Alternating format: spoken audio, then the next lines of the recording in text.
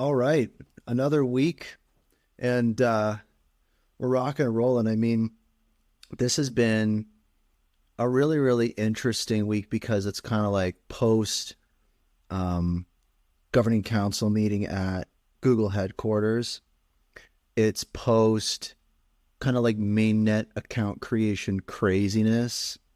Um, it feels like you know so many different big like new governing council member.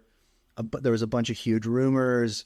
So really, it's kind of a bit of a come down from a bunch of different things. Like that's what today kind of feels like for me. Is like so much has happened, and there's been um, so many other things happened as well. Like a big theme this week for me was and we talked a little bit about this last week, but so many different kind of like we'll call them OG Hedera use cases kind of coming out of the woodwork a little bit. Like last week we were talking about Neuron and their kind of pivot to aviation.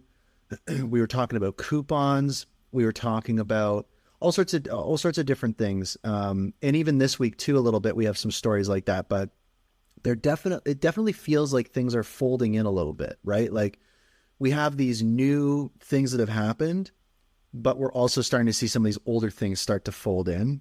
And there's a lot to talk about this week. So we're gonna try to really keep it streamlined and kind of blast through it because I'm pretty surprised. I mean, we'll talk about this. The top story is 10 billion transactions reached on the mainnet. Huge. I mean, it's happening so fast. It's, we're celebrating 1 billion transactions every 2 weeks at this point, which feels less and less special as we go. But I mean, 10 billion is a major milestone that can't be ignored. Christian Hasker, the head of marketing for Hedera and Swirlds Labs, was on the HBAR Bull Show. Lots of great insights shared there. We're going to mention Joe Rogan. We're going to talk about FSCO, the Fresh Supply Co. We're going to talk about Red Swan. That's going to be tokenizing billions of dollars of real estate on Hedera. We're talking about Karateka from Karate Combat. We're talking about, some Fortune 10 stuff. We're talking about Saucer Swap. We're going to talk a little bit about Cardano, and there were some issues that network was having, and it sparked some interesting conversations in kind of the Hedera world. Straits X launched a new stablecoin on Hedera. We've got a launch date for HBAR Suite. We got some updates from Leemon Swap. We've got a couple like cool, I'd call them rumors or breadcrumbs. We're going to talk about EM Tech, CBDCs, right? Dobu Official has an update. BCW's got an update. We got a message from Leemon. We got 2 messages from Leemon. We got some DeRec news. What else we got? We got a lot of stuff going on. We got a lot of stuff to talk about today. And we're live on Twitter Spaces with another week in Hashgraph to unpack. And yeah, I mean, that's it really.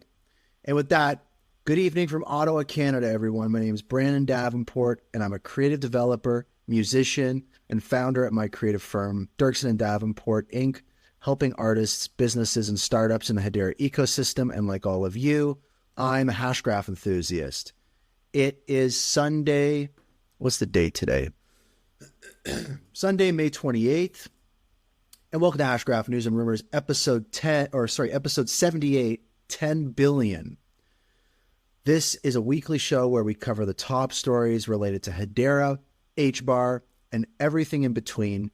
Broadcast live on Twitter Spaces every Sunday at 7 p.m. Eastern, 4 p.m. Pacific, and made available on all major podcast platforms, including Spotify, Apple Podcasts, YouTube, Google Podcasts, all that good stuff. That goes live on the Mondays. Get all the info you need about the show and listen to past episodes at itsbrandond.com/HBAR. If you're listening live now, check out the Twitter thread pinned to the top of the Spaces to take a deeper dive into each story. Also, everybody listening live, Take a moment now to share the spaces and let your friends know you're listening. The more the merrier, guys. You can also click the little comment button at the bottom right of the spaces to ask a question or share something interesting listeners might like to know, and I'll talk about it. The show continues to grow from hundreds of listeners to thousands across all platforms, and that's because of people like you guys tuning in every week. Awesome guests giving their time to the show. We don't have time for guests this week, though. There's too much news.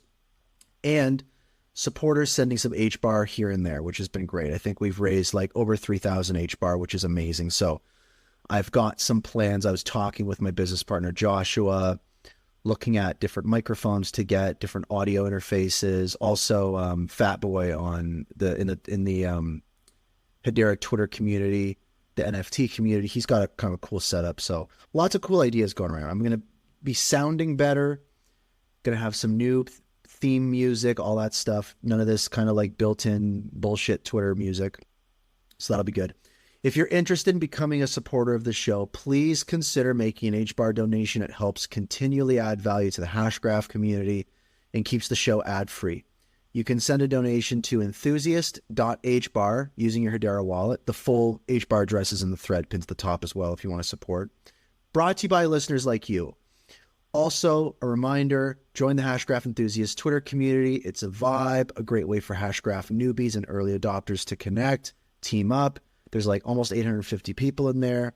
So go check it out. It's a lot of fun. And I mean, what's going on the main net? A few key points from the main net this week. We're close to averaging 1,000 TPS, right? And that's kind of crazy. Like, when we had our initial quote unquote step function, we were averaging about 500 TPS, which was pretty crazy. Like we went from low to mid double digits, right around, well, I mean, at some points we were at single digits, but then we jumped in January to hundreds of TPS, right? 500 TPS averaged. We're close to averaging 1,000 TPS right now. So safely you could say that like from the step function till now, it's doubled again, almost, which is kind of like, it's crazy to think about. And if you look at this as a potential exponential curve paired with some sentiment type things, and something I wanted to talk about off the top that was just shared this morning was a video from Hedera, and it's Leemon. Right? Most people have seen it. If you haven't, check it out. Give it a watch. But, I mean, it's to celebrate 10 billion transactions. It's Leemon at his computer. He types in hederatransactions.com. He looks at his screen. He gives a thumbs up. He's excited. He goes over to the wall. And he has like, 1, 2, 3, 4, 5, 6, 7, 8, 9 billion crossed off on the wall. And then he crosses off 10 billion. And then it pans over and you see 20 billion, 50 billion, 100 billion, 500 billion, 1 trillion, and then hashtag Hello Future. So that's what I mean by this is we've essentially doubled TPS since the step function, right? And there's this like, I talk about this a lot on the show, is there's this like renewed sense of confidence at Hedera, at Swirlds, at the top, right? We see this from Manson Leemon quite a bit, of this attitude of like, oh, billions of transactions, that's nothing. Wait till we're doing that every day or something. So they're always pushing the envelope for better or for worse. There's these big promises, and to kind of see 1 trillion written out on Leemon's wall is a pretty bold statement. And when you look at the mainnet, it does get you excited. I mean, I often on the show, I'm like, be realistic, manage your expectations. We're in a bear market, macro factors, blah, blah, blah. But I got to be honest. The reality is I'm pretty excited. Like, and the video that Hedera posted with Leemon, like, really felt super cheesy and super campy, which I loved. Like, it reminded me of the old Hedera, like pre-2020 Hedera with, Zenobia and Christian Hasker doing a hash shanty on Zoom or whatever, like the really kind of old school Hedera that was so fun. And of course, as the network has grown, everything's very professional. But this video was just, again, so campy and cheesy and wonderful, and it's Leemon. And even earlier this week, we got a post from Leemon just in regards to the Google meetup, right? He's very excited that they met up at Google.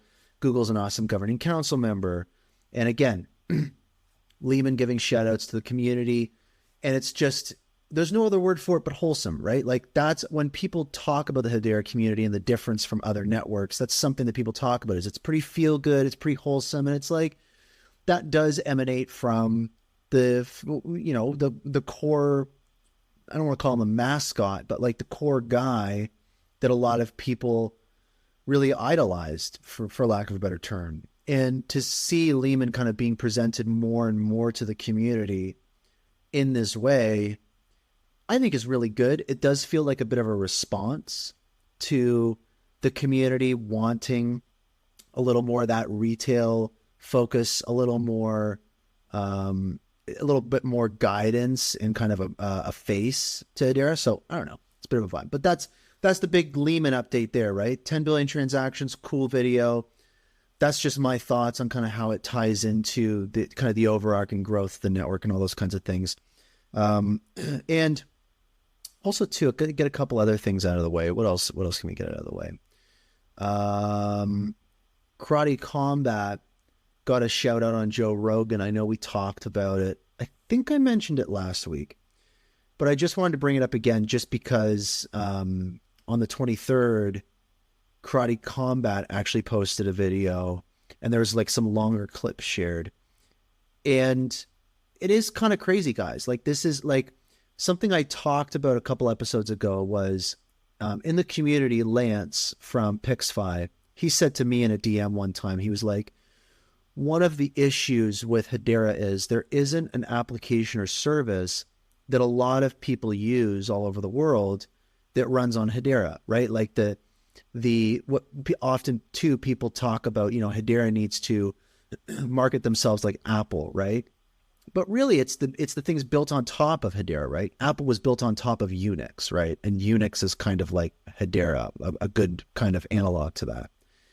So seeing Karate Combat with this kind of exposure with a platform and application leveraging Hedera, running on Hedera with an asset minted on Hedera, like, that's really cool. Like, I think this is the direction we're going to start seeing things push. So that's great. I wanted to highlight that.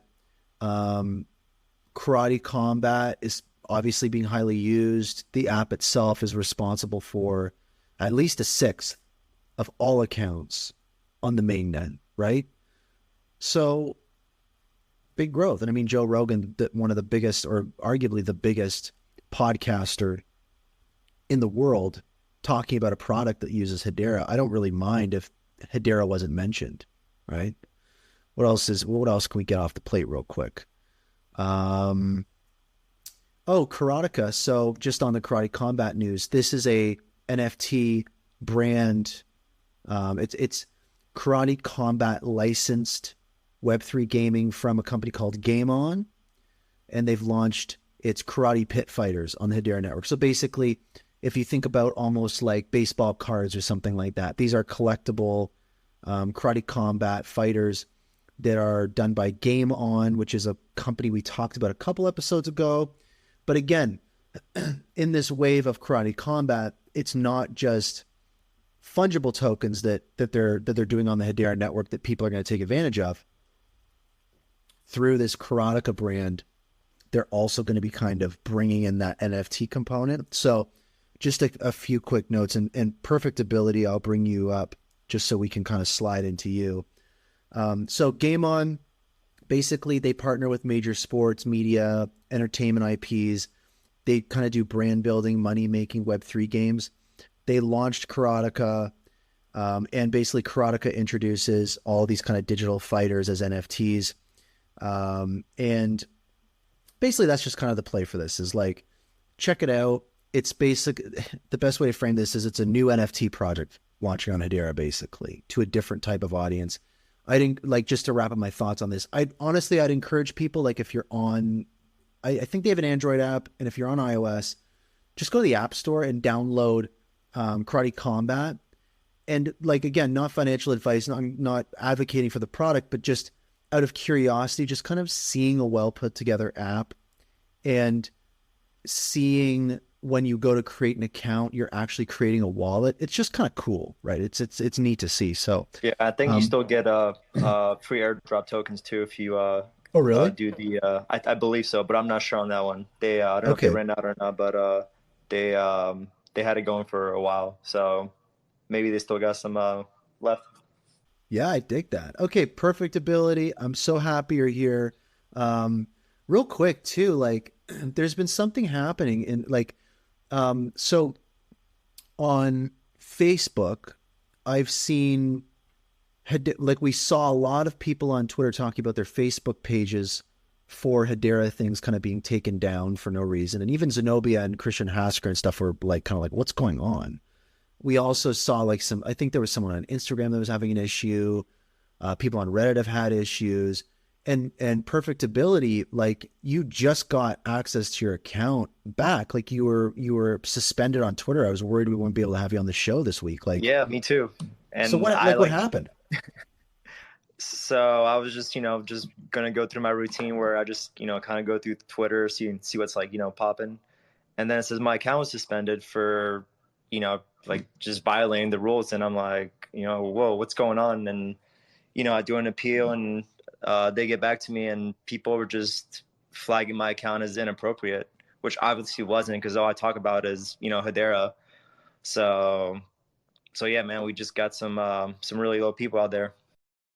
That's good. And I don't want to put my tinfoil hat on, but so people understand, I think what's happening, what's the common thread between all these things happening on like Reddit and Twitter and Facebook is there's like in every case, it was like a group of people reporting an account and then the account getting suspended or the page getting suspended. It's just weird, you know what I mean? It's like you could put your tinfoil hat on and go like, oh, is there some kind of like cabal that's like trying to, you know, stifle information about Hedera or whatever? Like who knows? But it's like I It was kind of scary. yeah, I mean I kind of ignored it up until now, but with you I was like, well, there's got to be more here. So Yeah, and I've been getting it on Reddit too. People just like report my account, and then I even got like Reddit says like, "Hey, we heard like you may be suicidal. Like, are you okay? Like, we offer help and all that stuff like that." So I'm seasoned. It's no big deal. I was just more upset that like I wouldn't be able to like share my stuff on Reddit or on Twitter with you guys. But I'm glad it all worked out, and we're just gonna move on. Nothing's gonna stop me from sharing my stuff for Hedera. So I love it. So let's flip over to the good stuff. What's going on the Hedera subreddit? the number one thing we got was the message from Leemon. That was the number one this week, and where he says, "Thank you. Without you, we would not be where we are today. And your continued support is a constant drive towards turning our vision for Web3 and beyond into a reality." And I got the video right here for you guys. I just want to thank the community for all of your support and your involvement and your excitement and your creativity and the way that you are the ones building the Hedera ecosystem and building the future. Hello, future. All right, some good words from Leemon. And we have the new video that you talked about, the little cheesy one. That's moving pretty fast to climbing to the number one spot for obvious reasons. And I'm kind of like you. I kind of like the cheesy Leemon videos. Yeah. Once in a while, they're great. Following up on the governing council meeting we had, we saw a couple breadcrumbs with some of the presenters and the people that were present there. Global leaders in payments, WorldPay, Global and BCW Group co-presented a use case at the latest Hedera Governing Council meeting at the Googleplex.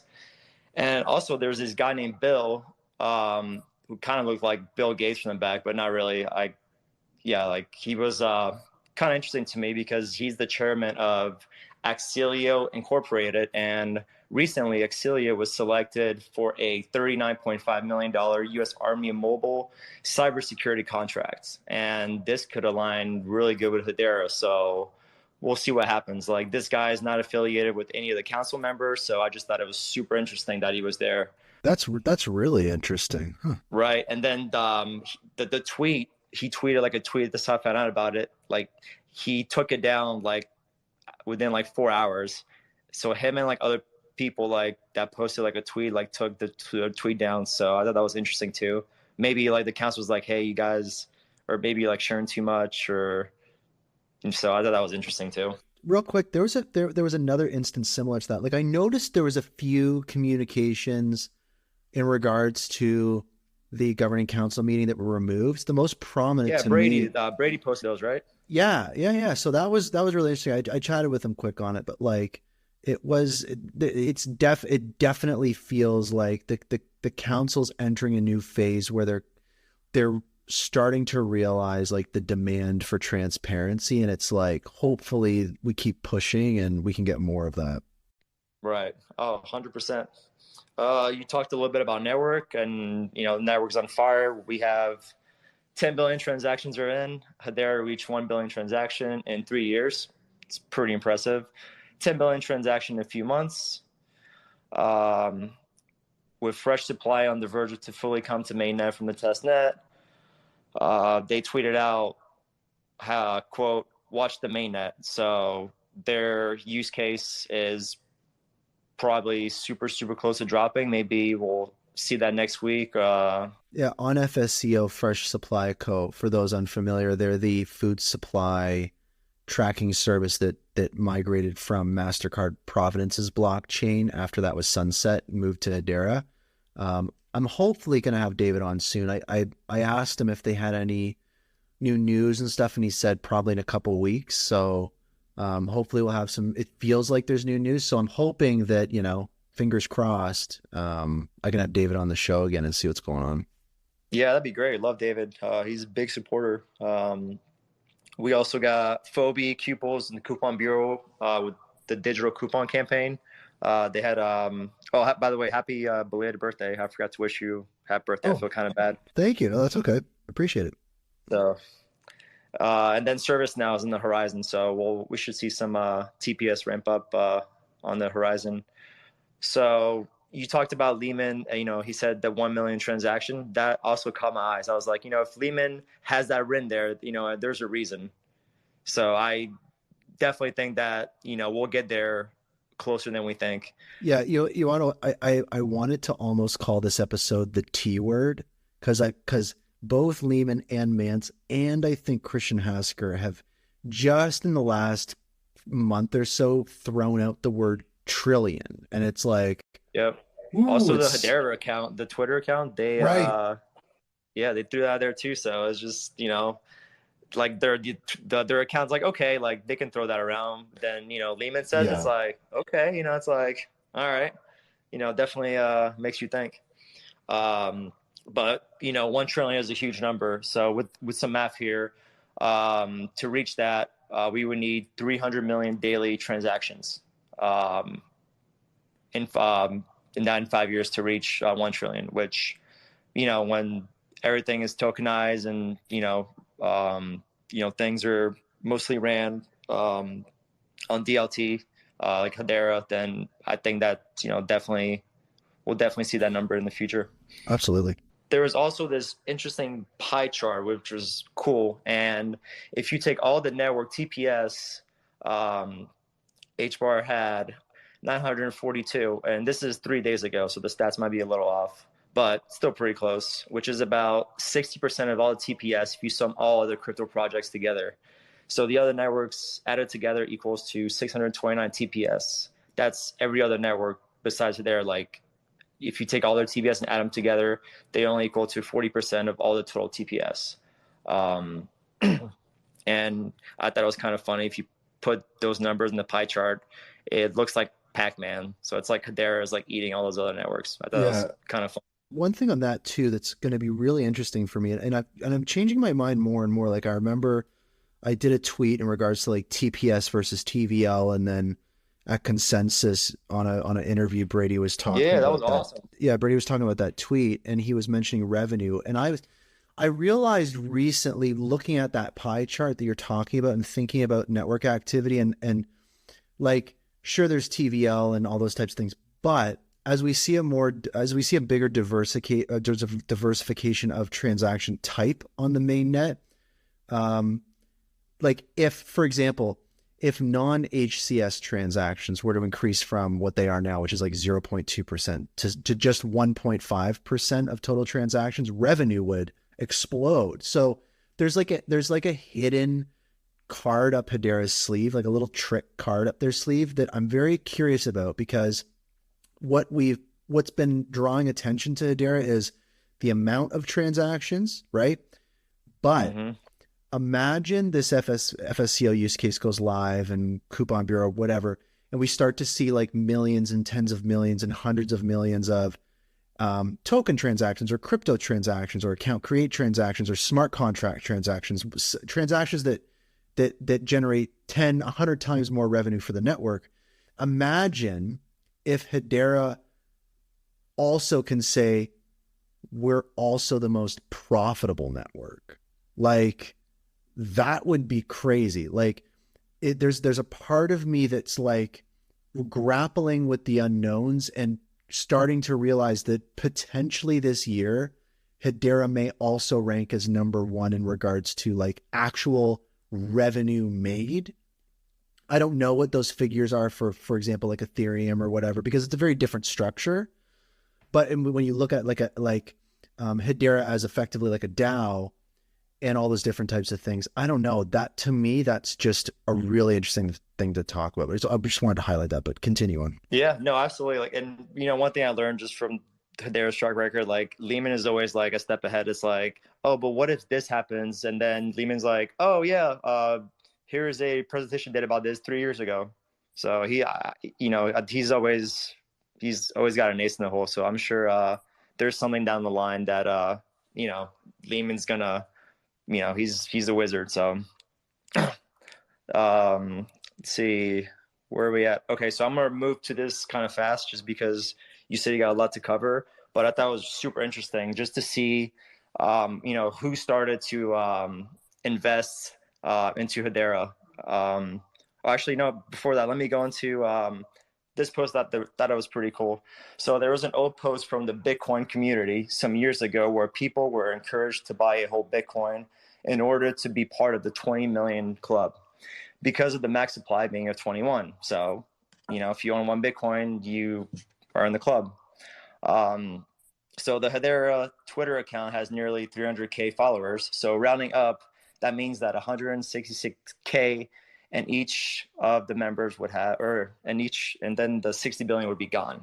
So I just thought that was a little interesting. Doesn't really have much relevance, but no, it's a really great point that, like, if you look at, like, if you really just take the basic math and you go, okay, so there's 50 billion HBAR total supply. And if you were to say 50 billion, I got to make sure I'm typing this out on my computer right. 50, and then you go divided by, let's say, 100,000 HBAR. Only 500,000 people on the planet will be able to hold 100,000 HBAR. So if you think about people that hold 1 million HBAR, you're only 50,000 people on the planet will be able to hold 1 million HBAR. So that's kind of it's when you start to break down those numbers and you look at some of the folks' holdings in this community, it's very interesting. Are they going to buy a pizza for 1 million HBAR? I don't know, but maybe we'll find out. I'm not. I think we learned the first time around. Oh yeah. All right. So the investment in Hedera, I thought that was really interesting. So investment in Swirls. Below investments into Swirls was done on 2016-17 before the Hedera Hashgraph was formally set up. Seed funding by First Miles Venture, amounts undisclosed. Bill Miller is the founder and general partner of First Miles Venture. He's also the co-chair of Memcoin Community Advisor to Hedera. The bill from the last week Google's group meeting. So that guy that had that security contract with the government that he's shared, he was he was on that spreadsheet of the. I actually just figured this out by reading this. I didn't realize. I didn't even realize that. So That's that was crazy. the guy right there. He was an early investor. He invested in 2018. Wow. That's crazy. Just real quick too, for folks listening, like, what we're talking about is there's this spreadsheet that's been circulating around the community off the subreddit that basically breaks down all of the people since like 2018 or 2017 from VC firms and early seed investors and family offices and stuff and accredited investors. that have invested money in Hedera, right? Whether it was around for 18 million or around for 100 million, just like who in the early days invested in kind of like that VC capacity into Hedera. And it's a very interesting sheet. For sure. Seed funding by First Mile Ventures, among undisclosed. I got that. Seed funding from Sarah Downey, amount undisclosed. Sarah Downey also invested in Hedera, Hashgraph, and ICO of 2018. I'm not too sure about Sarah Downey but...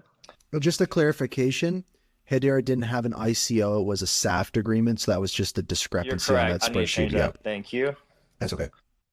And then seed funding from New Enterprises, Associates at $3 million. And then this is where I think it's awesome and it starts getting cool. The investment into Hedera Hashgraph. So initial offering in February 2018, funding round led by IBM. Remember, IBM only became a governing council member on August 2019. So they invest into Hedera, and then a year later, they became a council member. So this investment was made a year before they joined. Accredited investors, Sarah Downey and Ganesh Kampala also participating in the amount undisclosed. So I'm guessing Sarah has something to do with IBM. The second funding in round 2, March 18, led by Digital Currency Group, total funding of 18 million. 4 other VCs who participated, DHVC, First Mile Ventures, some company that invested in Swirl's Struck Company, and Cosmos Ventures. Third funding round in August, led by Block Tower Capital, total funding of 100.5 million. 7 other VCs participated: Blockwall, Hado Capital, Viscera Capital, Cosmos Ventures, which was a second investment. They double dipped on their first investment. Oyster Ventures, Elysium, and Terra Capital. The fourth funding round, 2021, led by Taza.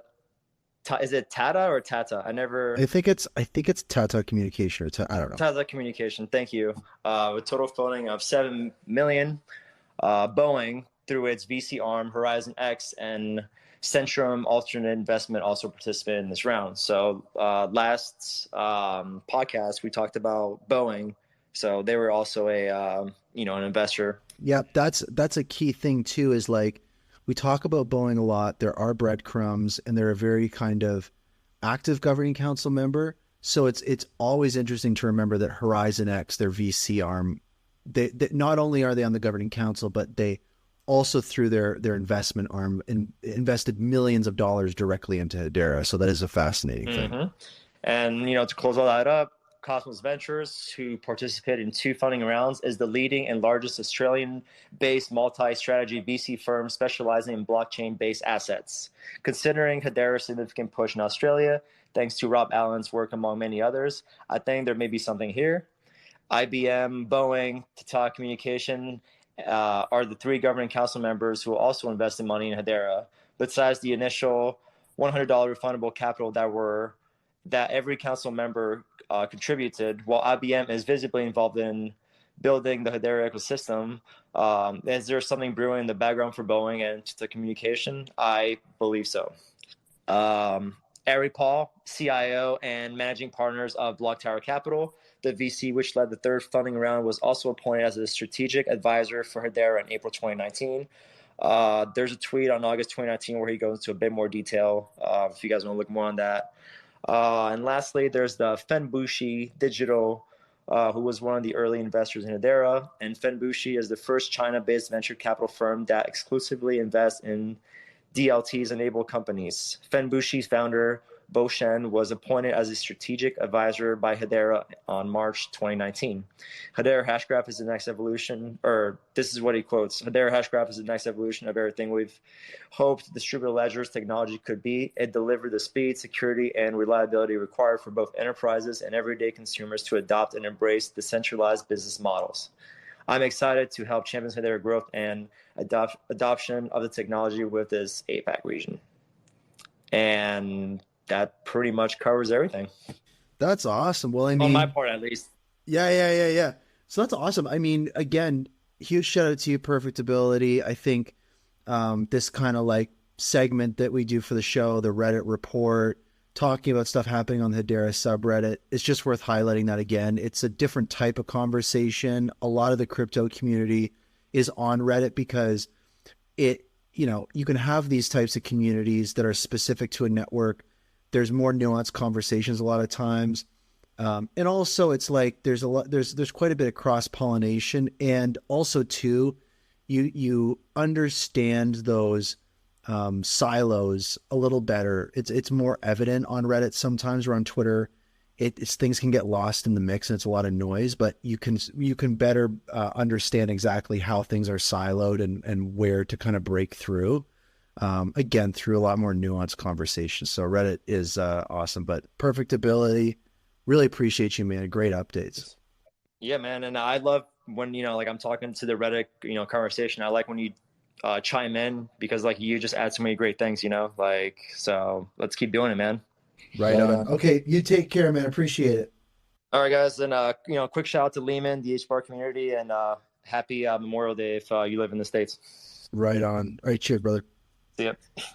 All right. So I thought I'd bring King Solomon up just because I know you've got some stuff happening with Genfinity. Like I think on the show last week or the week before, I was talking about the app that you guys were doing, and like you got a bunch of stuff going on, and of course Hedera's got a bunch of stuff going on. So what's new, man? What's going on? No, I mean, who was just up here? What was the guy's name that was just up here?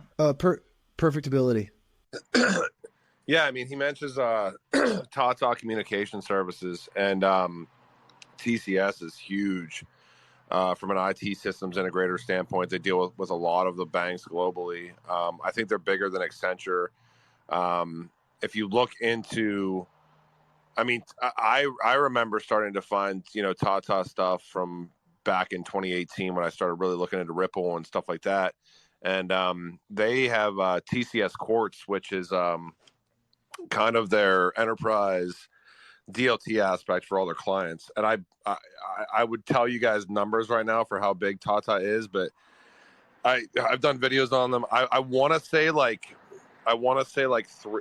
I want to literally say like 3/4 of the global populace for how big Tata Communication Services is, but I might be wrong there, and I don't have the videos that I've done in front of me. So yeah, they're massive, dude. And them sitting on the board, I mean, it just goes to show. And then especially when you have people coming up here and just doing the due diligence and research about, funding rounds and all the other stuff, at the introductory level of Hedera, it's pretty cool to see people talking about it. And I think, Brandon, you probably resonate just like I do, where, we saw something like Avery Dennison and Atma.io go live. And, now there's speculation around the Coupon Bureau, and there's speculation around, FCSO for food and sustainability, and some really cool stuff coming down the pike, I think. So 100%. And there's also too, like on Hedera, I think because a lot of folks on Hedera kind of don't have a lot of exposure to other networks, but in the same kind of vein, like a lot of things on Hedera happen differently than on other networks. And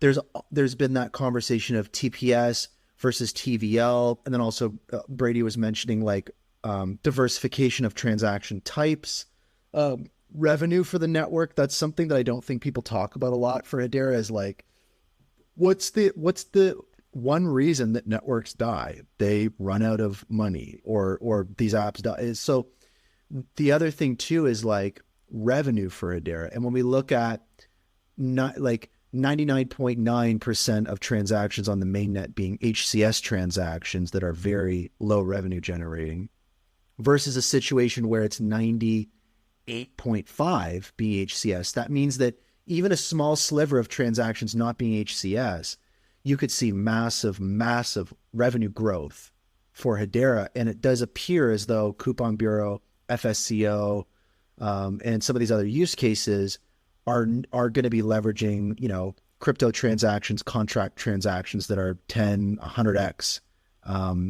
more, more beneficial in regards to revenue. Even FSCO going as far as tweeting out like, watch the mainnet. So it's like, what are your thoughts on that aspect of Hedera in regards to like revenue generation, diversification of transaction types on the mainnet, and kind of how that's going to shift the dynamic for the network?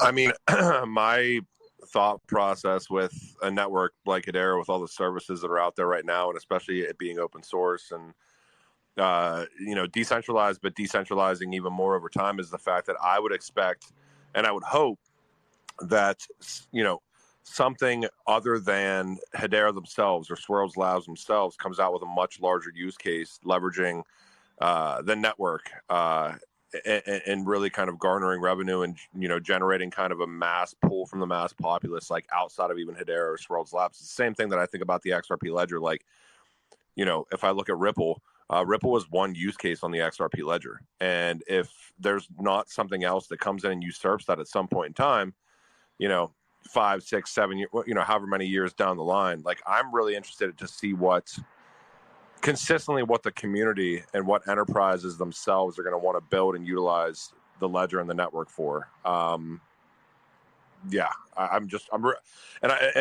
just goes to show, I mean, I think we're really, really early, especially with these, like what we would consider, you know, from Hedera, from higher utility based networks and ecosystems, because at the end of the day, like, I think we all realize, like, I don't think Bitcoin's going anywhere. I don't think Ethereum's going anywhere in the short term. But so then it becomes, how do we start pulling market share away from those ecosystems, and what use cases are going to be built on ecosystems that might have more utility, and how can we start interoperating with those as well? So that's huge. And I mean, like, just to your point in regards to use cases on Hedera, getting more of that mass adoption, like not necessarily Hedera being the kind of forefront. It's very reminiscent of a couple of weeks ago, the community obsessing over that talk that Steve Jobs gave in regards to marketing back in the 90s when he was coming back to Apple for the great turnaround, and people kind of being like, Hedera needs to think like Apple. But the way I saw it was, Hedera is more like Unix, right, which Apple was built upon. And so when you look at trying to find, well, who's the apples of Hedera, it's like, well, Karate Combat was mentioned on Joe Rogan, and Joe Rogan was like, hey, this is the coolest implementation of crypto tokens I've seen. So it's like, there's also that element where it's like that. I don't know if you saw that, but that is kind of starting to creep a little bit into that territory, I think, to what you're talking about. Yeah. I mean, I don't know how you could miss Joe Rogan talking about Karate Combat. I mean, that was pretty massive. I think it still does come down to, you know, and looking how some of these wallets and you know, how marketing aspects are kind of going with some of these things. And Karate Combat, their use case, I think, is gigantic.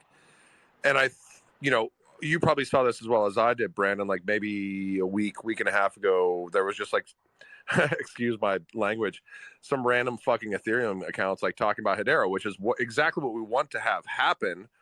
But I'm more interested in like that happening in a way that also actions something. So like, they're talking about Hedera, fantastic. But are they like, are those same accounts like actioning wallet creation? Like, how in tune are they in what's going on with Karate Combat? How in tune are they, or educated are they with the Hedera ecosystem? It's fantastic to see them start to talk about it, but it becomes our due diligence and our responsibility, at least I think, to like allow them to talk about it in a way where they can really start pulling community into that ecosystem, and it's not just like a one-off tweet. And I think we're going to see more stuff like that down the line. I'm really excited about it. I think especially as the network, like, I'm actually really surprised that we haven't seen more people talking about real TPS. So at some point the bow is going to break, and hopefully by the time the bow breaks, I think what is great about Hedera right now too is there's such easy ways to onboard. So maybe that's not the right thing for me to say, but like, I just think the continuity and just like, you know, marketing for the sake of marketing is interesting, but it's like, you know, there should be actionable things around anything that, you know, any wallet or any product or project is doing, where it's like, you know, come on and create an account, do X, Y, and Z, test out the network, you know, all these things that are very massively important. So, you know, as well as I do, is as soon as people come into Hedera, they normally don't leave. So, and also too, it's like the cycle of HBAR. It's like, as enterprises start using more of the network and as revenue starts to go up, like, that's just going to be more capital funneled back into funding ecosystem initiatives and those different types of things. So it's like, I really also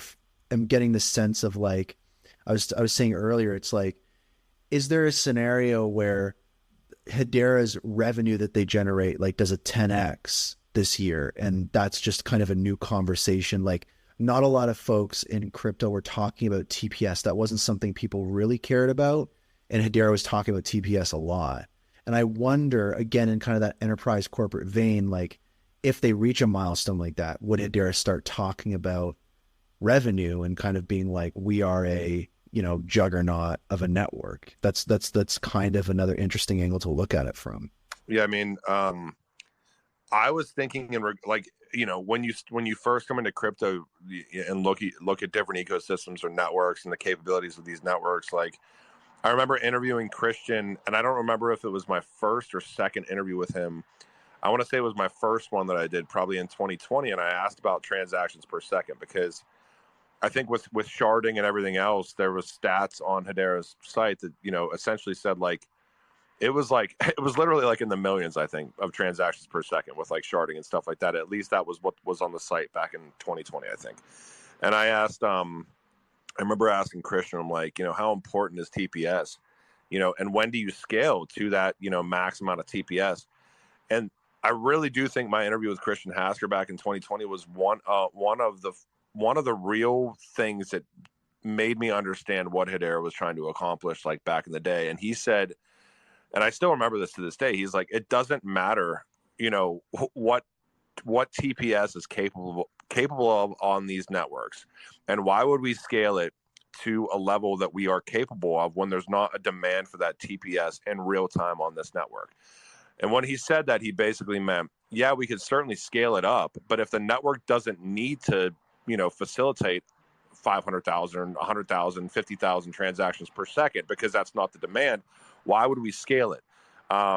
You know, and now we're starting to see the real, and I think there's a separation between transactions per second and real transactions per second occurring in some form or fashion on the network. And yeah, it's really fascinating. And like you asked me about the Genfinity stuff earlier, and I won't ramble too long, but like Paolo Tasca, like a lot of people, like we're interviewing him on June 5th. A lot of people don't know who that dude is. Like he was a co-founder at Quant. He sat on the board of Algorand's ACE program. He's been the central bank digital currency advisor to 5 nations: Brazil, Chile, Canada, 2 other ones that I can't remember right now. He sits on the board at ANATPA.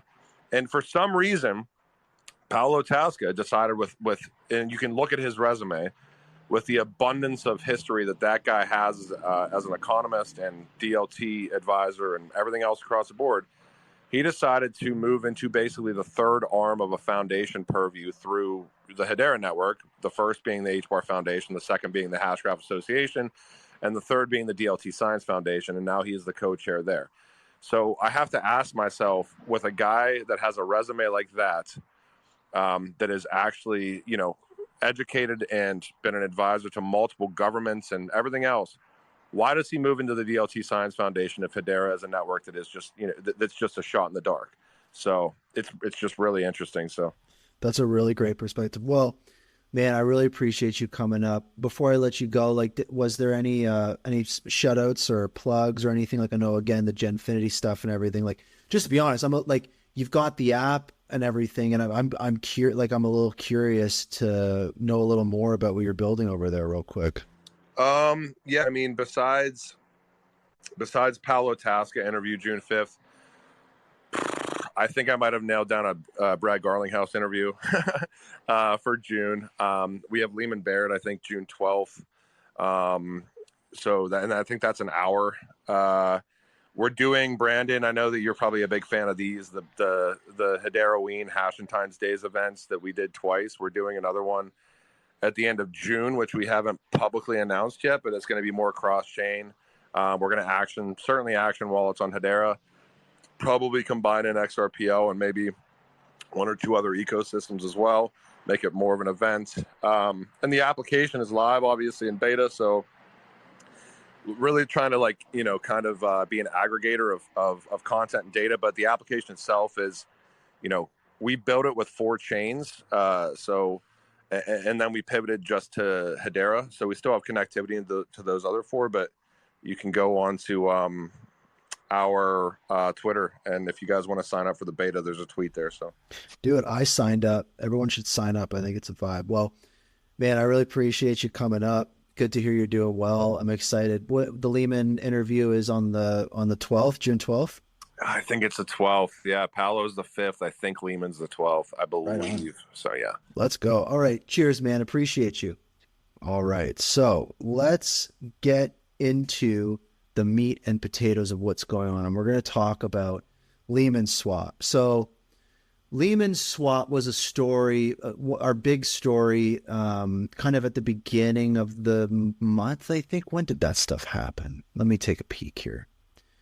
When did the Leemon swap stuff happen? May 3rd.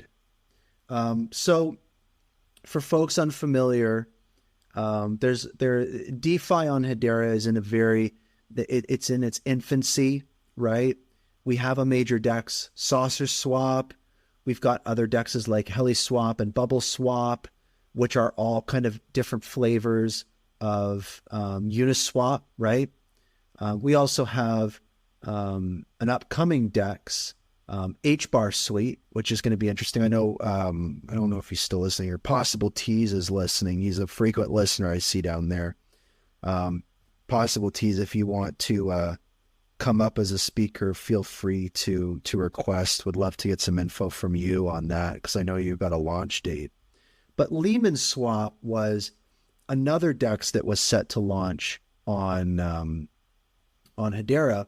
And they were unique because they weren't using Uniswap. They were going to use SushiSwap's Trident, which was very new. And they also had a very big brand, a very big following, sold hundreds of thousands of dollars of NFTs, had a big community. And it was a very exciting time for the community, because to have another DEX kind of this momentum coming to the network was very exciting. A non-Uniswap DEX. So unfortunately on May 3rd, Leemon Swap, kind of catching people off guard, put out a tweet basically saying, we're not launching. And the reason is because there are some issues with the network. P.S. We've lost our private keys for our multi-sig wallet, and the laptop that those keys were on is lost. And P.P.S. We had already lost 3 of the 7 private keys to our multi-sig account before this. So it was a very confusing situation. It turned out that in early April, they were already discussing refunds. It was kind of a 30-day window of kind of confusion, but as of May 3rd, the project came to a halt. And it's really been a month with no kind of clear update. Obviously, there hasn't been any communication from Leemon Swap. Full disclosure, I do have communication with some folks from Leemon Swap, and I noticed that the community was interested in some updates. So I thought that I'd reach out and kind of see if there was any new information that'd be useful for people. So there is a couple new pieces of information. So the GitHub repository is live. So that means that the code that they were going to be using for their DEX is live and visible for the community. Maybe a slight silver lining to this is maybe there's some interesting potential DEX infrastructure available for SushiSwap's Trident on Hedera. Interesting. So that's live. The other update is, efforts to recover their private keys have continued and failed. Efforts to recover the laptop have failed. And it's not quite clear yet. I don't want to speculate on this, but it does appear that the code base for their aggregator is also live on the GitHub repository. That's not 100%. Waiting for confirmation on that. But we're not gonna kind of like dive into the minutia of Leemon Swap. Definitely go back and listen to that previous episode where I do dive into it and break down in a lot of detail what's going on. But that's the update. So hopefully that's useful for folks. Now, I got PossibleTs up here, which is great. I know that HSuite has some updates. You guys have announced a launch date of June 5th. I know you've had audits in the loop. And folks are curious, right? You're talking about launching a DEX that is not smart contract based, that's using your smart node infrastructure, and that's also a DEX that has no slippage, which feels a little bit kind of like black magic, a little bit. So excited, curious. PossibleTs, welcome to the show. Maybe talk a little bit about the DEX and about your upcoming launch and what's next. Hi, thank you for having me. Bear me with my English is not so good. Hey, no problem. That's okay. So yeah, we are launching on June 50th, and we will start with the guys from holders of HBAR Gold NFTs, and it will be released in phases. First the gold, then the silver, then bronze holders. After that, we'll be open to the community to swap tokens. We'll start with small, just with HBAR and HSuite and HBAR and HBAR pools. The reason because we are doing this is because we have to test everything to be very secure. We already did 2 audits, but every measure of safety is always important. The smart node technology is something very cool that Topachi and Tomachi came with this. The idea is the old proposal from Leemon. They have a DAppNet. The concept of DAppNet, of smart nodes, came from Leemon. Topachi was beloved from the idea. And by the way, Topachi is a very, very OG. He came from the very, very beginning. And he was in love with this idea, and he and Tomachi started this project.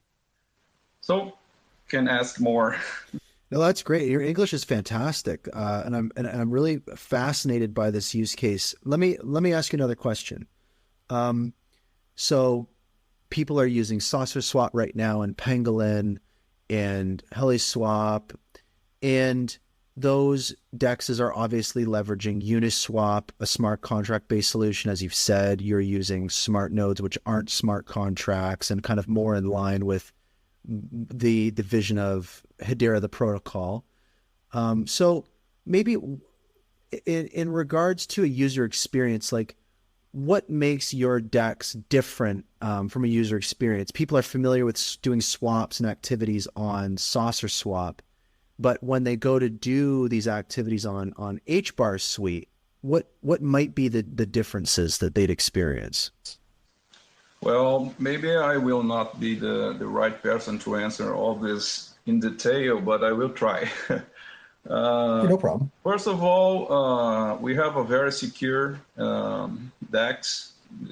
The way the team did it is very, very secure. It's fast because we run in the Hedera speed, because we have access directly to the Hedera. Smart contracts usually has a bottleneck, and we don't. Of course, if you have a lot of users at the same time, it could be a bottleneck. But in the beginning, the difference maybe is not so big. The transaction, we have a transaction.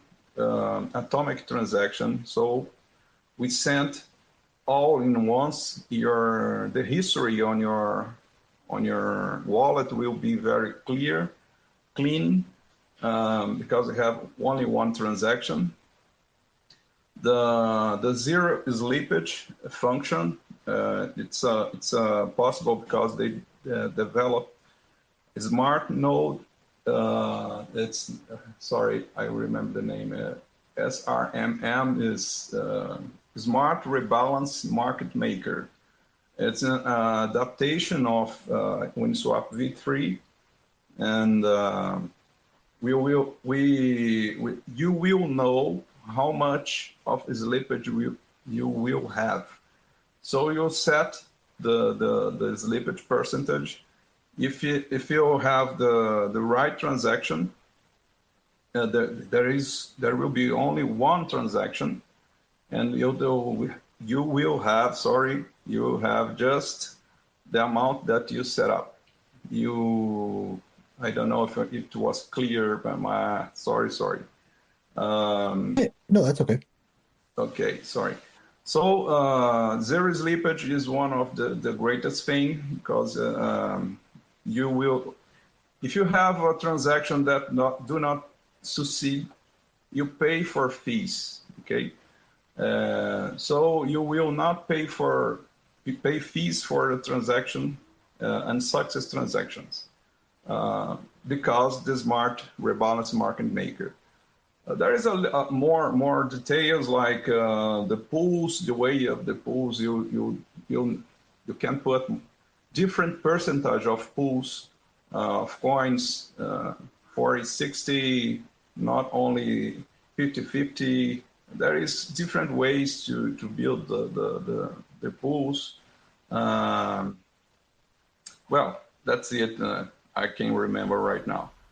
Yeah, that's okay. Yeah, because I think that the zero slippage thing is interesting, because slippage comes into play when there's kind of an imbalance in a liquidity pool, and it needs to kind of be rebalanced. So what you're saying is this SRMM or whatever the acronym was, is it's a different way of bringing liquidity to a liquidity pool, or a different way of balancing that liquidity pool, or balance is more a balance. They keep all the pools balanced and automatically, and it reduce the chance you have slippage. But the most important thing is when you set up the value you want before you send the transaction, you know how much you will receive. So if this is possible, they send the transaction, and the transaction will succeed. You don't have failed transactions inside the network.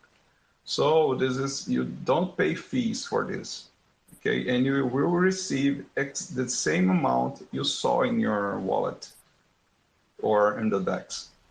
Okay. And then the other question I had, which I don't see talked about a lot, but I don't know if this is still the case, but you're going to be handling liquidity pools and positions in liquidity pools a little differently, where those will be issued as NFTs. I think that was something I heard a couple months ago.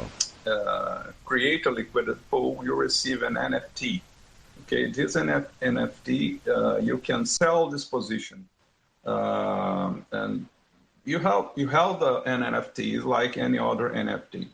So this represents your position on the liquidity pool. Okay, this is very interesting. The guys are using like dynamic NFTs. If you use the DEX, the NFT DEX today, it's already running. You receive an NFT too. This NFT is like a dynamic NFT, because the pool is written inside the NFT. And so you have statistics that run every time you create a new pool, every time you put liquidity, and it's updated on the NFT. It's done by the HCS service feature. And you don't have to, you don't need a Hedera improve proposal like we saw there about the NFT, dynamic NFTs. They are already using it in another way. Okay, so when you create a position, you receive NFT and you can trade it. Okay, crazy. So you could like sell your liquidity pool position on like Zeus Market or something. Yes. Fascinating. And then my last question for you is, if this DEX is not going to be smart contract based, and there are at some point aggregators coming to the network, and we do want to start bridging liquidity from other networks, does this does your DEX not being smart contract based, does that put it on a little bit of an island or isolate you from other sources of liquidity that other DEXs may have access to? Okay, I'm not so technical about the details, but an overview. Smart nodes can connect with smart contracts. Anyway, you can manage smart contracts if needed. Okay, there is no limitation. The idea of smart nodes is to become an easy path to build things inside Hedera. You can develop your system inside the smart node using APIs. They will build APIs so you can use this interface, and you don't have limitations. You can develop using TypeScript or any other language. You don't have to use Solidity. But smart nodes has access to any other network. It can talk with any other network. You can use smart nodes to build aggregators to other networks if needed. Okay, even the Leemon swap aggregator could be developed inside smart nodes without any kind of restriction. Okay, fascinating. Okay, so before I let you go, just to clarify, so the DEX is going live on June 5th for kind of like a smaller group of people to test it out, and then rolling out to the public a little later on? Yeah, will be completely open in 4 months. The first phase, the team will provide liquidity. Only the team will provide liquidity. And it will be open to the whitelisted for the NFT holders. It's about 300 people. It's the number of NFT that was sold, minted. And then the second month, and then after the first month, it will be open for anyone to trade.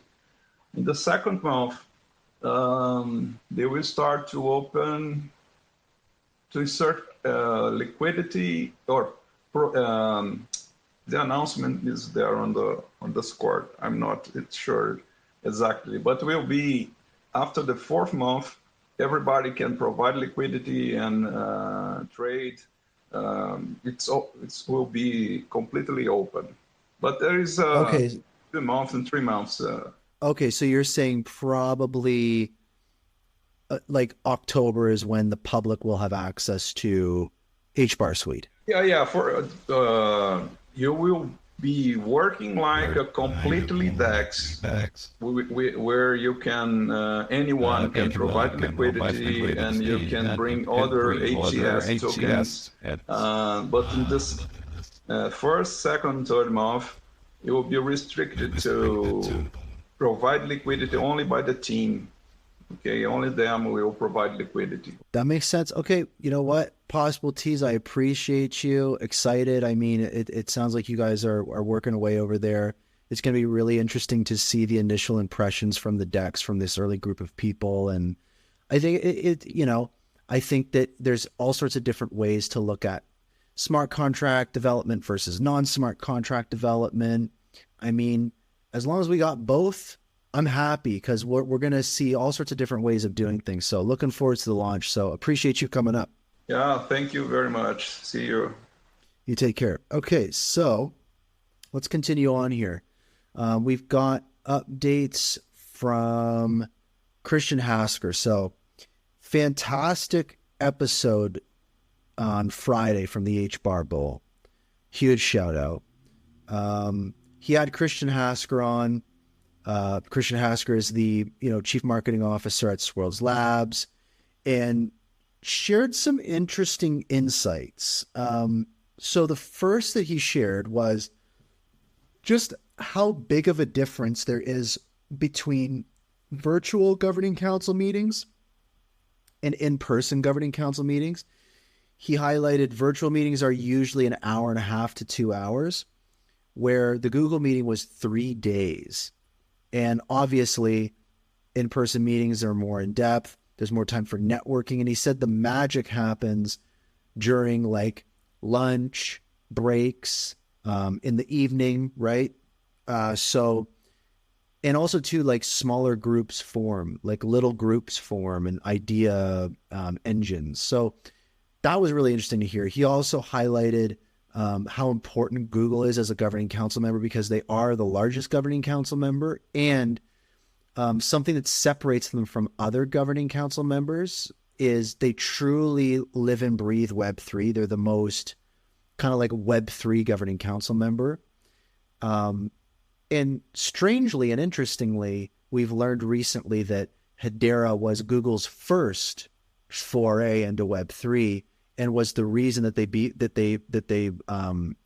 began their kind of Web3 arm of the company. So obviously Google has now diversified into other networks and is participating in I guess Polygon and Ethereum and just playing the field, right? But Hedera was the genesis there, and so that was really interesting.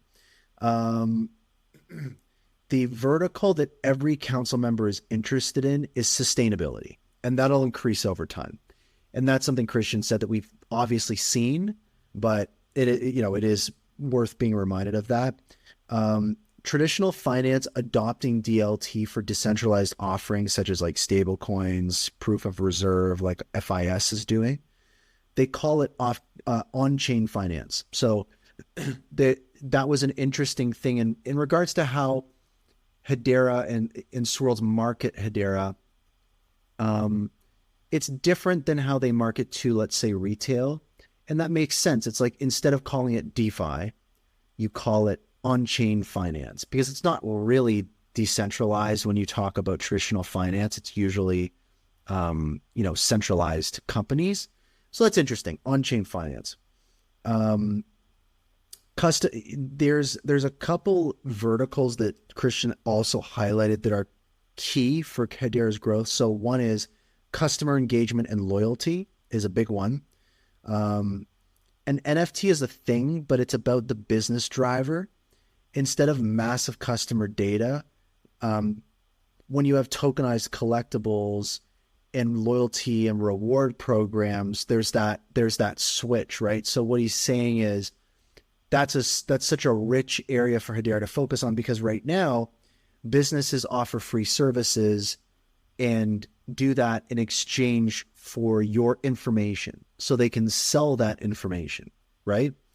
And when you flip the script and the customer buys into the service for a very small amount that effectively offsets the need to have a revenue stream based off of their data, it changes the dynamic a bit.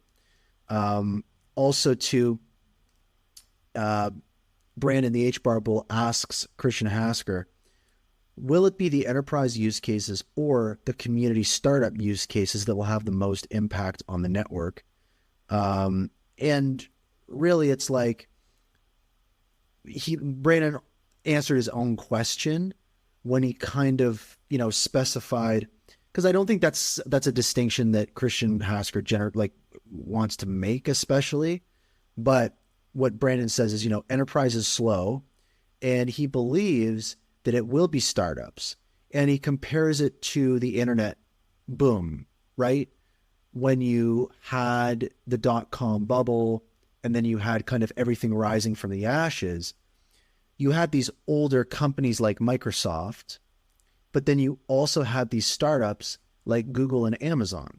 So if you were to look at, 20 years later, who drove the most growth for the internet, it wasn't really Microsoft, right? It was Google and Amazon, which were startups at the time. So I can appreciate that, that thinking, like that makes a lot of sense. Christian also highlights that AI has a data problem. So on the topic of where does Hedera fit in with AI, this was a really, really great note from Christian. He says, OpenAI is using a Web 2 strategy. Imagine if you could pay ChatGPT per call, load up a wallet with $3 in it, connect it to the OpenAI website, and you wouldn't have to go over your data. OpenAI requires an email address and a phone number. So imagine if instead OpenAI, you could just connect a wallet with a couple dollars in it and do those microtransactions on a network like Hedera for each API call. Like, that would be incredible. And it would make your use of ChatGPT completely anonymous, even using the API potentially. So that's interesting. And also too, like, Christian is hyped about the marketing committee, as you know, as we talked about last week with the governing council meeting. There was a marketing committee in 2019, I think it was kind of sunset. And there was 3 years where Hedera was just not focused on marketing, really. The budget was restricted. At this recent governing council meeting, the marketing committee was brought back with a $10 million budget, so firing on all cylinders. And the co-chairs are ServiceNow and DLA Piper, so that's pretty big. And the hope is this leads to greater engagement within the council members. So again, that enterprise marketing, getting governing council members even more integrated with each other, and then engagement from council members into the community. And he said this, quote, may take a little time. But to me, in the community, in the Hedera community, in the retail market for Hedera, there's been a lot of conversation about a disconnect between the governing council and the community, right? The governing council is Hedera. And I often talk about this analogy of two different worlds, right? The community world and the enterprise world. And they're very far apart, but they keep getting closer. So this feels like a response to a need from the community as the community grows. And even in the messaging that Leemon, for example, is saying is the community is responsible for the growth of the network. And quite frankly, the reality is that the governing council members are part of the larger community, right? So I think that the marketing committee, the task of gluing them together a little more, and then having initiatives, having the governing council integrate with the HBAR community more.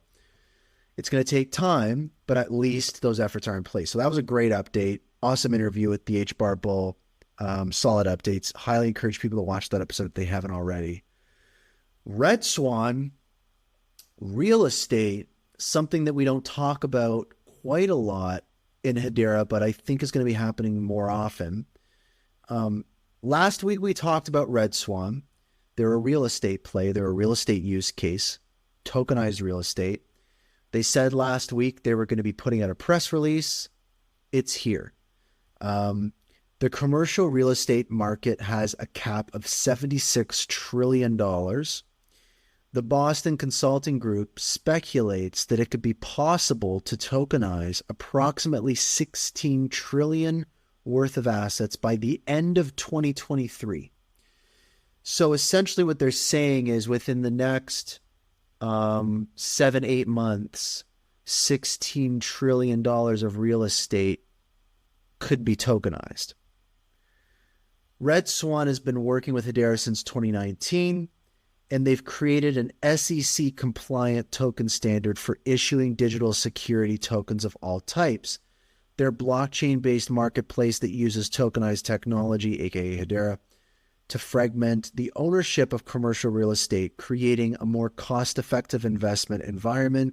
Sponsors and investors are provided liquidity options through the acquisition and trade of asset-backed digital currency. So basically what that means is you want to invest a property now, you're going to have $250,000, and that might be locked up for 7 years. With this new system and leveraging tokenization, you could invest in a high-quality real estate project for way less money and be able to pull that liquidity quickly if you need it. So that's cool. The launch of Red Swan's Token Studio on Hedera allows users to participate in the creation, right, and investment of digital security tokens and assets. By fragmenting assets, the studio enables users to gain ownership of portions of commercial real estate. So that's crazy. And, obviously they launched on Hedera for obvious reasons. So update from Red Swan. It is a big use case. It's commercial real estate. We're talking billions and trillions, one to keep an eye on. And we're also talking regulations, right? This is a purported SEC compliant tokenization platform essentially for real estate and quote any other type of tokenized asset. So very, very interesting. Also, two other kind of heavy hitting stories is from StraitsX and EMTech. So StraitsX was building on other networks. I believe it was Ethereum, because they launched in 2020 when Hedera wasn't quite at the forefront and those other networks weren't really cutting it. So they've moved to Hedera. So StraitsX is a pioneering payments infrastructure for the digital asset space in Southeast Asia, licensed by the Monetary Authority of Singapore. It offers services for personal and business account holders to mint, redeem, and swap stablecoins, manage payments, and connect their accounts to digital assets platforms. StraitsX is announcing their support for the Singapore dollar, XSGD, on the Hedera network. And they've rapidly gained adoption since 2024, over 7 billion worth of XSGD in on-chain transactions. So that's huge, but that's not on Hedera. So now it's coming to Hedera. And it's become one of the largest non-US dollar stablecoins by market capitalization. So Kenny Chan, the head of StraitsX, expressed his excitement about having XSGD natively on the Hedera network. He believes this will contribute to a flourishing ecosystem of applications that offer real-time XSGD stablecoin payments. He also stated that with Hedera's energy-efficient framework, micropayments and stablecoins will become increasingly viable, leading to greater financial inclusion in the region. So again, what this is, the story here is a major stablecoin that was running on another network is moving to Hedera because that other network didn't do what they needed it to do. It's as simple as that. So that's another little hint of mass adoption. EMTech is a modern central bank technology and services company in our next story, offering an integrated SaaS is software as a service, platform with products such as the Digital Regulatory Sandbox and Central Bank Digital Currency, CBDC. Its solutions empower central banks, financial institutions, and regulators to navigate the rapidly evolving landscape of financial services and innovation regulation. And the WAMI, right, stands for the West African Monetary Institute. It's an organization that establishes to undertake technical preparations for the establishment of a West African central bank and the launching of a single currency for the West African Monetary Zone, the WAMZ. The West African Monetary Institute and EMTech have announced a strategic partnership aimed at modernizing country-level and regional regulatory sandboxes. This will enable the harmonization of diverse fintech regulatory policies and frameworks across West African Monetary Zone. So what's the big deal about this? What's going on? So the big thing is this is running on Hedera, right? This is a CBDC play running on Hedera. And Carmel, who is the CEO of EMTech, explains this really well to kind of illustrate the weight of this. So she says, quote, imagine a 50-state regulatory framework for Web 2 and Web 3 fintech in the US. Right? Let that sink in. So all 50 states developing a regulatory framework for Web 2 and Web 3 fintech. This is what is being built right now in an African context, but we're with the West Coast. Guys, this is hard stuff. It doesn't happen overnight, but we are up to the challenge. Let's go. So this is big. And you know, Carmel has been so on the forefront of CBDC integrations, but also advocating for people and lifting up people into being banked, right? Because a lot of people don't in the world, tens of millions, hundreds of millions of people don't have access to this infrastructure, to banking. They just don't have access to it. So not only is DLT about giving us, right, in the Western world and you know, with these already established financial frameworks and infrastructure, it's not only about giving us a better experience.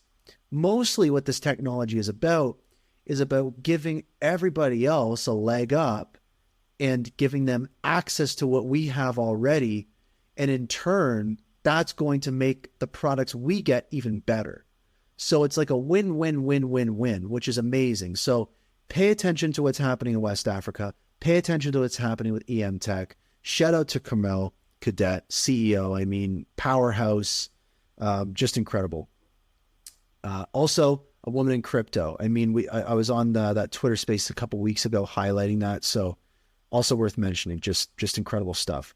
What else we got going on? I mean, we talked about FSCO. We talked about Red Swan. I'm just scrolling through the mega thread here. We talked about Karaka. We talked about some other stuff. This is kind of juicy. So this is a little bit of a breadcrumb. It's a stale breadcrumb, but still a breadcrumb. And it's just worth quickly bringing back up to the surface because it's exciting. Back in 2020, Leemon was talking about a Fortune 10 use case, also talking about different big companies using Hedera. And what was mentioned is an often overlooked inclusion of a, quote, global auto manufacturer. And that global auto manufacturer would be working in the kind of enterprise integration area. So like in 2020, there were plans for a global auto manufacturer to start leveraging Hedera in an enterprise context. What do we know about enterprises? They take a long time. 3 years has been a long time. So just want to bring that back to the surface and fold it back over and kind of look around now, because is there going to be new signs of a global auto manufacturer and Hedera? That's what was stated in 2020 from Hedera. 3 years later, let's see what happens. Saucer Swap has a great thread regarding AI, and I just wanted to highlight a couple things from it. And it's also to do with their new Sauce Pro program that they're doing, where it's like a subscription service for more features for the platform. And one of those features is going to be an AI assistant. That's cool. So they highlight a couple things, right? AI, DeFi, like what's the mix here? What do we see? So first thing they highlighted was AI enhanced yield farming. So optimizing LPs, yield farming strategies in real time, considering gas fees and permanent loss and market volatility. So imagine having an AI optimize your liquidity pools for all of those various factors. Very interesting. Predictive analytics is number 2. AI analyzes social media, news trends, and market data, forecasts market sentiment to anticipate price fluctuations, uses this data to optimize liquidity provisioning and asset allocation. So allowing DEXs through AI to mold themselves around the market sentiment so they don't get hit as heavy when big buys come in. So that's very interesting. Number 3 is portfolio rebalancing. AI analyzes a user's portfolio and investment behavior, provides personalized recommendation for diversification or risk mitigation. Really cool. Number 4 is, I think the most important one, is anomaly detection. So AI would sift through mountains and mountains of on-chain data in real time and detect unusual patterns that might indicate attacks, market manipulation. So that's interesting. And they give an example, Nansen AI, that traced outflows from FTX before the crash. So very interesting stuff. Number 5 is decentralized governance forecasting. So AI analyzes past governance decisions and anticipates future policy changes, aiding protocol stakeholders. So that's really interesting. And an example they gave was MakerDAO is one protocol in particular that is helping to push decentralized government forward with the help of AI. So that's really cool. Number 6 is user support. So AI trained on a project's documentation, providing simple semantic answers to user questions and enhancing customer support with quick access to key DeFi concepts. So this is where they say Saucer Swap is going to utilize OpenAI's ChatGPT for dynamic user assistance. So a custom AI that knows everything about DeFi and Saucer Swap and Hedera at your fingertips that you can ask questions to. That's pretty cool. The other thing is number 7, decentralized insurance. AI assesses risk and prices coverage for DeFi protocols, automates claims and payouts. So very cool. So they gave a quick, just to wrap it up, they gave a quick case study for Saucer Swap. Saucer Swap leverages AI with its future Sauce Pro feature set, a help bot, right? What we talked about, AI-driven portfolio management. So that's really cool. So great that from Saucer Swap. I think that that's going to be really cool. Something else interesting that Saucer Swap was tied to was they put out a thread that basically was hopping on the bandwagon of the Cardano network having issues. So the Cardano network was having issues, and Saucer Swap tweets out, quote, "Users on Cardano are facing a network issue today with swaps on native dexes taking upwards to 30 minutes.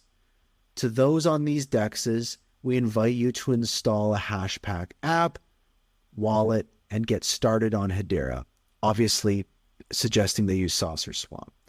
And this was an interesting, I just wanted to mention this because it's an interesting moment. So when this was brought up, a user on Twitter says, in response, "Do you know the one thing that I never hear the HBAR community talking about? Decentralization. It's easy to run a federated system with super high node requirements and then bang on about throughput all the time. Stop comparing systems that are optimized for different use cases." And this was interesting. So Brady from Swirlds responds and he says, "You're correct on the right tool for the right job. Infrastructure in general is that way, but definitely worth digging into the ecosystem on Hedera. It's incredibly fast, super easy, fun to use. Would love for you to join us and be happy to send you some HBAR." So this user replies, "I wish your community the best of luck and thanks for the offer, but I'm not into a centralized system."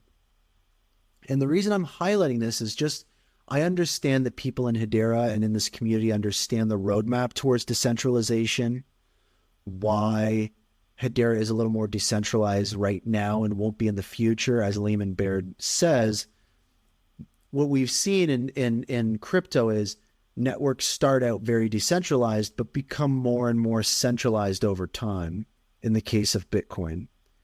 And instead, what if we started out a little more centralized, but become more and more decentralized over time? So it's a different approach, but that nuance isn't really something we can expect other people to understand. So that's why this conversation is important. So Brady responds and he says, "Interesting when you say centralized system. Do you mean ability for anyone to run a node? For what it's worth, nodes on Hedera are all independently owned and operated. No centralized entity that controls them all.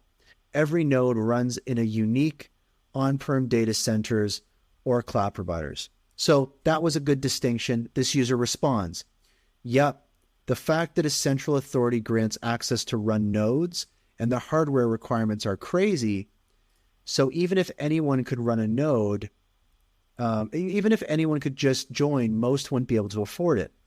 And so Brady responds, again, Brady from Swirlds, "I see what you mean. Running an Ethereum full node is similar. It's pretty hardware intensive. For what it's worth, Hedera has community nodes coming and then fully permissionless nodes soon thereafter.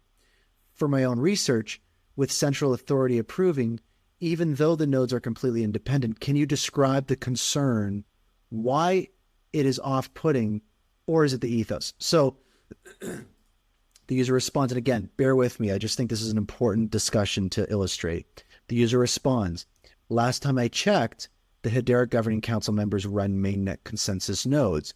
Who grants access to this council? Having a system that anyone can openly join is really important to me. Having a system that anyone can join is really important to me. And that sums it up there, folks. That's what sums it up. And that's what we're going to come up against. And again, I think that Hedera is taking the right approach, right? I understand and accept that Hedera could be seen as, or very well may be, more centralized than another network. It can be argued that Hedera is the most decentralized network because it's not just about the number of nodes, right? It's about the number of actively participating nodes in governance. But that's a separate discussion. I understand the realities, but there's also another reality. And it's the fact that most people don't understand those nuances. And I do think that this user, as they research Hedera, it just makes sense and they'll come around to it. But again, I want to read that sentence again. Quote, having a system that anyone can openly join is really important to me, right? And that's, and there's more conversation after this thread, but I want to stop it there just because to me, that's all that matters. It's at the end of the day, these are individual people that have their own concerns, that have their own battle wounds from being in crypto, that have their own knowledge that needs to be respected, and it needs to be approached from with empathy. And a lot of times you have to remember when people are arguing with Hedera people about decentralization or centralization or this or that, it's just because they just know a certain way and they know certain things. And quite frankly, they know a lot of stuff that we don't, that would be really important for us to know. So I just want you to kind of, whenever you're getting into a debate with someone when it comes to Hedera, just think about this user on Twitter and what they said. Quote, having a system that anyone can openly join is really important to me. And I think that right now, although Hedera is really great, it doesn't feel that way for people, right? The way that the governing council comes across, the way that Hedera comes across, it doesn't feel, I understand how it comes across. It doesn't feel like anyone can openly join, right? And we have to understand that that is really important to people. And I think that Hedera gets that. They can only do so much. But that's, again, the whole debate boils down to that. Reading that conversation just was a huge revelation for me. That sentence there. It reminded me that we're not talking about these big, high-level things. We're just talking as people. And the majority of people in Web3 want to be a part of something they can join, and they don't feel like they can on Hedera. So that's important to keep in mind. What else we got going on? Let's bring this home, guys. Let's bring this home. We talked about HSuite. We talked about Leemon Swap. Justin Atwell from Swirlds said something very, very interesting that I wanted to highlight. And Justin Atwell is a very prominent figure in the Hedera ecosystem. He is the lead for sustainability. And he says, quote, y'all, when I say that it's been a busy week, it really has. The amount of consulting companies building on Hedera lately has been dramatically increasing. I can't even shitpost on Twitter as much lately. So people were asking him, who? Are there any more details? And he says, I won't name names, but it's been busy working with Object Computing and Envision Blockchain and Ronnie Kerr. Also, he says, some of the biggest consulting firms are realizing that Hedera is easier than other crypto when it comes to Web 2. It sounds simple, but usability is the most important thing after functionality. So that's really interesting, is like, we've seen this highlighted recently as well as, sure, the network being performant is really important. Sure, the governance structure is really important, but what is the experience like building? Not just building for Web 3 stuff, but building for Web 2 stuff. Like, that's really interesting. So just want to highlight that. Another sign of growth. A shout out to Hashpack with a great update. So Pluto from Hashpack sent out a tweet on the 26th saying, I heard some people wanted to store NFTs on a hardware wallet. He's holding what I believe is a Descent wallet connected to a Hashpack holding NFTs. So it does appear as though hardware wallet support for Hashpack in the context of NFTs is coming. Very cool. It's something Blade has added recently, Blade Wallet. Shout out to Blade. And no shout out to Ledger. I would like, what is the opposite of a shout out? A shout in? I want to give a shout in to Ledger because they've been, pardon my French, but freaking horrible recently. Like with the revelation that they can access your private keys in some capacities if you opt into a new service. And also, we were supposed to have full support for Hedera by now, and we don't.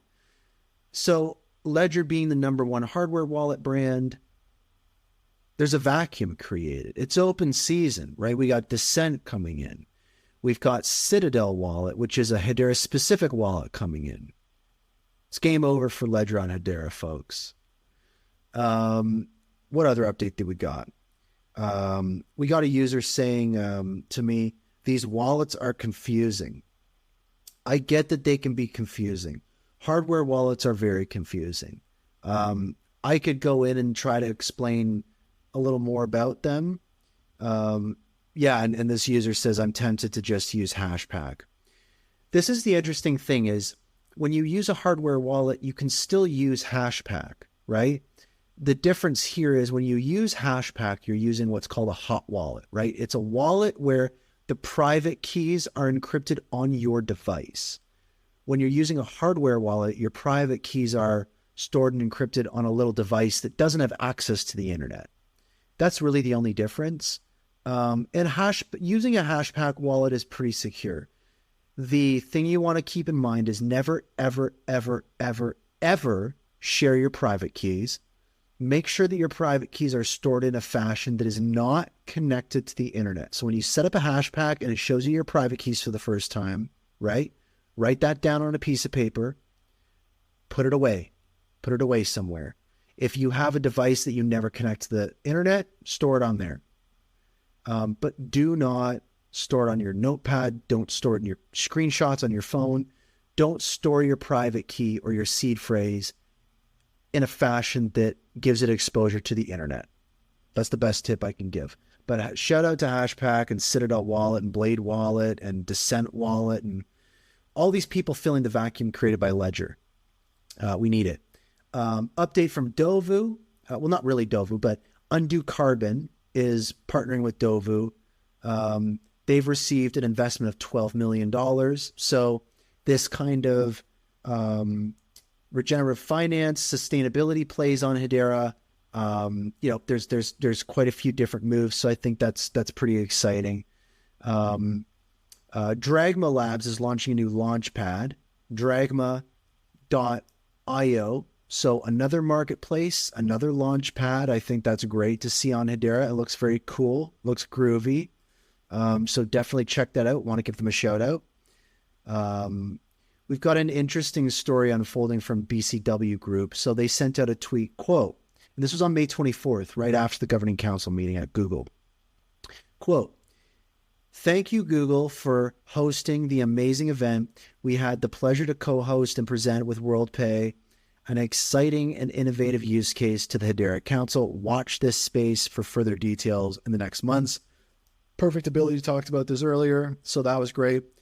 Hedera was the #1 coin of the day on Lunar Crush yesterday, or on the 26th, so 2 days ago. That was pretty big. Also, too, we have some DeRec news. So DeRec is reported to be made available in the third quarter.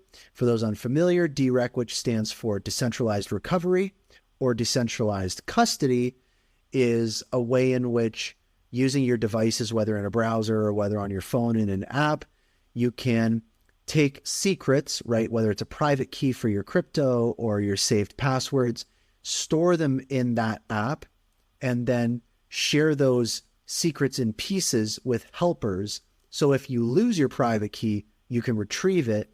This is a new way of doing it that's unlike any other way before. And it's going to be open sourced, and it's going to be leveraged by every crypto network. And you can build it into your app. It's going to be a protocol. So this is going to be game changing for the whole space, right? The number one pain point for people getting into crypto, right, for mass adoption, is the fact that if they lose their private keys, they lose everything.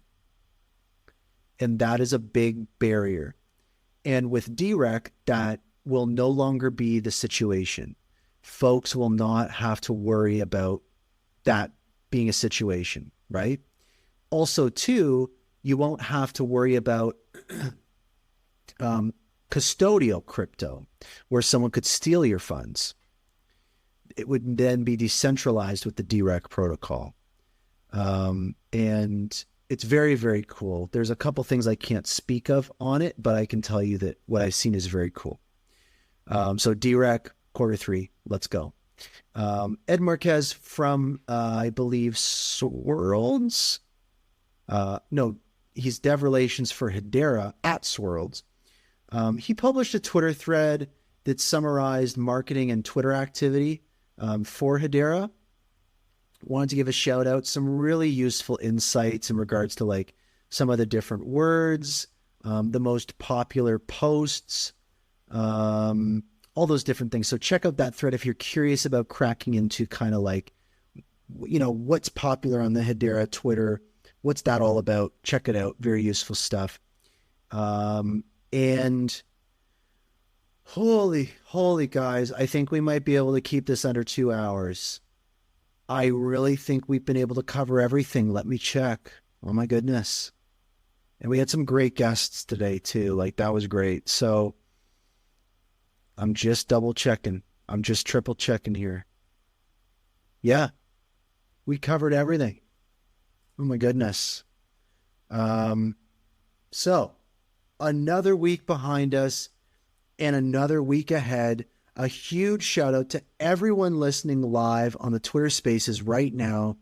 And another shout out to everyone listening to the recording on Apple Podcasts, Spotify, YouTube, Google Podcasts, all that stuff.